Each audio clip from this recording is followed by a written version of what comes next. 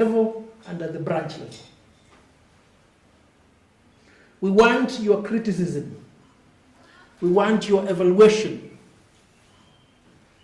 But we don't want sabotage. It is very important that we work together to ensure that we live up to the oath of office that you've taken today, to uphold the rule of law and administration of justice. And this is a Herculean task for which there will be many challenges ahead of you. In early deliberations, a member asked us to deal with the issue of police brutality. Another asked us to deal with the issue of the opening of courts. Another asked us to deal with the issue of obedience of court orders. One also asked us to deal with the issue of the essential service provider. Who or what is the biggest obstacle to the practice of law now? Is it the police? Is it the poor economy? Is it corruption? Or is it something else? If you interrogate this issue further, you will come to the realization that the biggest threat to the practice of law right now is lawyers. Not lawyers amongst us, but lawyers in other fields that are affiliated to us. Lawyers in the state law office, lawyers in the office of the Director of Public Prosecution, lawyers who work in the executive, lawyers who have become judges and magistrates. I want to remind our friends in the list that I have enumerated that you are members of the Law Society. We value you so much. We get disappointed time without number when you have an opportunity of taking care of the interest of fellow lawyers, the interest of the public, the demand to uphold the rule of law and the administration of justice, and you waver in doing that. It will surprise you to note that there are those amongst the list that I've set out who even sit on a daily basis to scheme and plan on how to make the work of lawyers difficult, on how to make the work of the leadership of the Law Society difficult. And I speak because I know you are listening. It is your responsibility to advise the executive properly.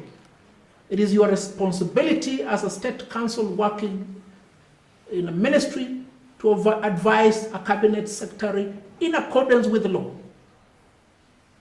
It is not incumbent upon you to sit in strategic meetings and to plan how to harm the operations of the leadership of the Law Society, how to impair the practice of private practitioners. It is wrong. And let me remind you of what Feroz Narji, senior counsel, once said. Tyranny is so unoriginal. He proceeds to say further that the atrocities that were meted on the people of Kenya in the 70s, in the 60s, in the 80s and the 90s will happen again. They are happening now. You are experiencing them. And it's for that reason, therefore, that you need to be steadfast. You'll need to be vigilant. You'll need to make a choice whether to tread in harm's way and perform your role as a leader of a premium bar. On my part, I will tell you that I've gone through this time without number. I've experienced it. They'll try to infiltrate your leadership, Chairman Theuri. The people you trust most will end up betraying you. But do not despair, because in a number of every 12 people, there is one Judas Iscariot. Those are not my words. Those are the words of Dr. Gibson Kamau Kuria, Senior Counsel. But perhaps you may be fortunate. The total number of your counsel is 10. So you may not have a traitor. But even if there is, accommodate them. Ensure that they help you in delivering on behalf of the Law Society of Kenya, Nairobi Branch.